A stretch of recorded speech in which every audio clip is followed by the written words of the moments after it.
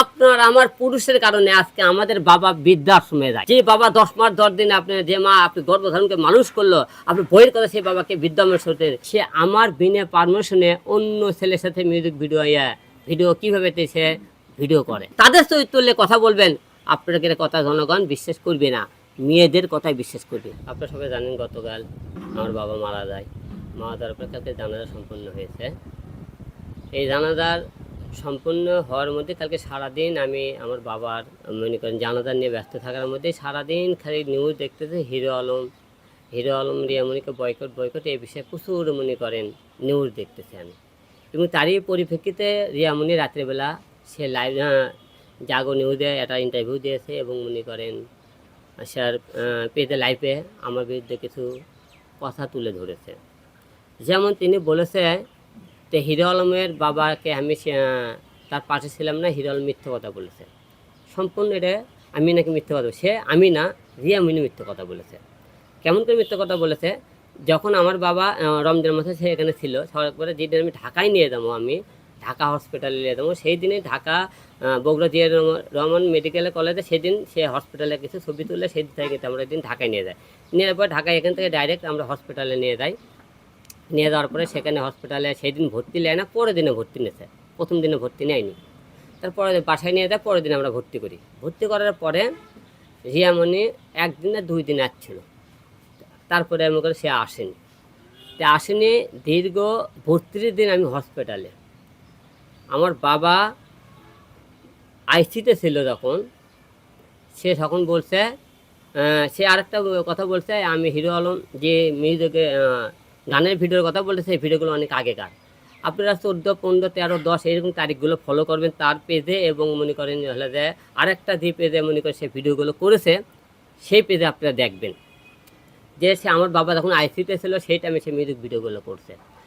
এবং music video সে যেহেতু আমার বউ স্ত্রী, সে আমার বিনা পারমিশনে অন্য ছেলের সাথে মিউজিক ভিডিও কীভাবে সে ভিডিও করে সেটা আপনারা তার থেকে শুনিন তো, কার পারমিশনে সে মিউজিক ভিডিও করছে। এবং আমার বাবা যেদিন মারা যায় তার স্টোরিতে আমার বাবার মৃত্যুর খবর না দেয় সে নাচের গানের ছবি সে মনে করেন স্টোরিতে দিয়ে রাখছিল, আপনার ভিডিওগুলো দেখবেন। এবং সে বলেছে আরেকটা কথা বলেছে, হিরো আলম মানসিক রোগী হয়ে গেছে, আমি নাকি মানসিক রোগী হয়ে গেছি, উল্টোপাল্টা বলতেছি। এবং আরেকটা কথা বলেছে সে যে হিরো আলম সে আমি বার কি যে রিয়ামণির সাথে আমার পরিচয় বারে থাকে, সে বারে নাচ গান করতেছিল, তাকে আমি ফেসবুকে থেকে নক করে সেখান থেকে পরিচয়। রিয়ামণি মায়ামণি তারা 2 জন বারে যায়, বারে ডান্স করে।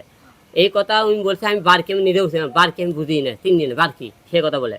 ঢাকা শহরে গুলশান বনানী বিভিন্ন জায়গায় যে বারগুলো আছে প্রতিটা বারে আপনি লিস্টে দেখবেন রিয়ামণি মায়ামণির নাম আছে, তারা বারে দেয় নাচ গান করে। মায়ামণি এখনও নাচ গান করে, রিয়ামণি মনে করেন ক্যাসালের লুকে থাকে সে নাচ গান করে। আচ্ছা গেল, এটা আপনারা তাকে বলবেন। তারপরে উনি বলছে যে আমি হলে যে তা মরে গেলে পড়ে থাকলে তার চিকিৎসা কেন করবো না, সেই যে চিকিৎসা করবে আমার বাবা বাঁচে থাকতে তাকে আমি খুঁজে পেলাম না। এবং বলতেছে আমি পড়ে থাকলে সে কেমন করে সেবা করবে। এবং আরেকটা বিষয় চিন্তা করবেন, সে বলেছে যে তারকে নাকি আমি মারার হুমকি দিয়েছি। আমার বাবা মারা গেল, আমি বাবাকে আমার ব্যস্ত, তার ভাই এখন ফোন দিয়েছে যেদিন মারা যায় যে ওই বলে মারা গেছে, সে কথা বলছে। তো মারা গেছে তোরা সেই খবর শুনে আমাকে ফোন দিছিস, 1 মাস ধরে পড়ে থাকলেও তোরা আসলি না।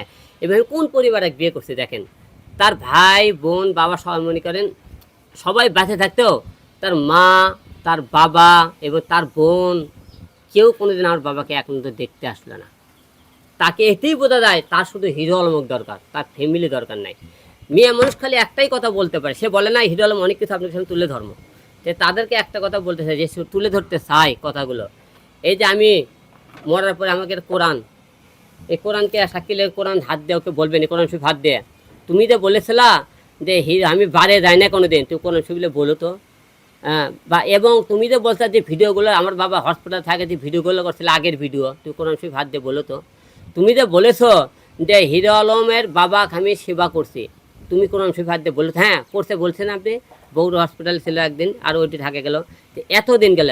এবং তুমি যদি কোনোদিন বলো যে হিরো আলম অন্য কোনো মেয়ে বিয়ে করছে, এবং মনে করেন তার কোনো মনে করেন সম্পর্ক আছে, এইরকম কোরআন শরীফ হাটত নিয়ে কোন মেয়েকে আমি বিয়ে করছি, কার সাথে আমার কোন খারাপ সম্পর্ক আছে, তুমি এই জিনিসটাকে তুলে দাও। কিন্তু এরকম বসে এর আগে মনে করেন তাকে অনেকবার মাফ করেছিলাম। সে আমার সাথে ক্যাসা লইলে অন্য ছেলেগুলো গান করে মদ খাই বাড়ে যায়, কোরআন শরীফ থেকে বলছিল আমি জীবনে মদ খাবো না, বাড়ে যাবো না। যে মেয়ে কোরআন শরীফকে এমন অপমান করে কথা বলতে পারে, সে আমার সাথে কী অন্যায় করতে পারে বলুন। এখন তার সাথে আপনার সবাই আমি বয়কট করছি, বয়কট মানে তার সাথে কোনো সম্পর্ক রাখবো না। আমি ঢাকায় যাওয়ার পরে তার সাথে আমার সেপারেট হয়ে যাবে। আপনি কি আজকে এই কারণে আজকে আপনার ডাকার উদ্দেশ্য একটাই, যে সে যে বক্তব্যগুলো মানুষের সামনে দিতেছে উল্টো পাল্টা, সেগুলো প্রমাণ সহকারে দেয়, প্রমাণ ছাড়া কোনো বক্তব্য যেন আমার বিরুদ্ধে সে না দেয়। আমি যেরকম বলছি প্রমাণ আছে, এই শব্দগুলো আপনার সাথে নেবেন। সে বড় বড় কথাবার্তা যখন বলতেছে না, এবং রিয়ামনি মায়ামনির যার কাছে অবৈধ কিছু ভিডিও আছে সোশ্যাল মিডিয়াতে, তাদের মনে করেন বারের সেই ভিডিওগুলো আমি ঢাকার যা আপনাদের সামনে দেখাবো। সে মনে করেন, এবং সে কার অনুমতি, স্বামীর অনুমতি ছাড়া পরপুরুষের সামনে কীভাবে গান করে, নাচ গান করে, সেটা আপনি বলেন। এইরকম আজকে আপনার আমার পুরুষের কারণে আজকে আমাদের বাবা বৃদ্ধাশ্রমে যায়। কারণ কি জানেন, বইয়ের কথা শুনেন, আজকে আমাদের বাবা মাকে অবহেলা করলে আমরা সেই বউকে মনে করে জীবন থেকে সরিয়ে দিতাম, তাহলে আমাদের বাবা আজকে বৃদ্ধাশ্রমে যেত না। আজকে বৃদ্ধাশ্রমে আমাদের বাবা একটা কারণে যায়, আমরা বইয়ের গোলাম হয়ে চলি। বউ গেলে বউ পাবেন। আপনারা একবার কি ভাবছিলেন যে বাবা 10 মাস 10 দিন আপনার যে মা আপনি গর্ভধারণকে মানুষ করলো, আপনি বইয়ের কথা সেই বাবাকে বৃদ্ধাশ্রমে সরতেন, সেই বাবার কথা শুনে বউলে আপনি আরেকজনের বাসায় আছেন, সেই বাবার কথা শুনে বউকে বাবা টেকা দেওয়ার ভয়, বাবা মায়ের সাথে কথা বলতে হয় আপনাদের লুকিয়ে মনে করেন, হলে বাইরে আসে, বাবা মায়ের কিছু দিলে সেই বউ আপনি ঘর থেকে বের করে দেয়। আজকে আমাদের পুরুষের কারণে নারীরা একটাই দোষ দিতে পারে মেয়েদেরকে, তোর চরিত্র খারাপ, এই একটা কারণ, তোর চরিত্রের কারণে আমি তোকে ডিভোর্স দিলাম। কিন্তু তাদের চরিত্র নিয়ে কথা বলবেন, আপনাদের কথা জনগণ বিশ্বাস করবে না, মেয়েদের কথাই বিশ্বাস করবে। আজকে আমরা অবহেলা শুধু মেয়েদের আজকে এই সমস্ত কথা সহ্য করে থেকে আজকে আমাদের বাবা মা আজকে বৃদ্ধ আশ্রমে। আরে ভাই, এইরকম 101টা মেয়ে যাবে, মেয়ে পাবেন, কিন্তু বাবা মা গেলে বাবা মা পাবেন না। সবাই একটাবার এই জিনিসটা নজরে রাখবেন। আমার কথায় যদি কোনো ভুল হয়ে থাকে, এবং রিয়ামনি কোনো কথা মনে করে সত্য প্রমাণিত করতে পারে, আমি জুতোর মালা গলার দিয়ে ঘুরে বেড়াবো।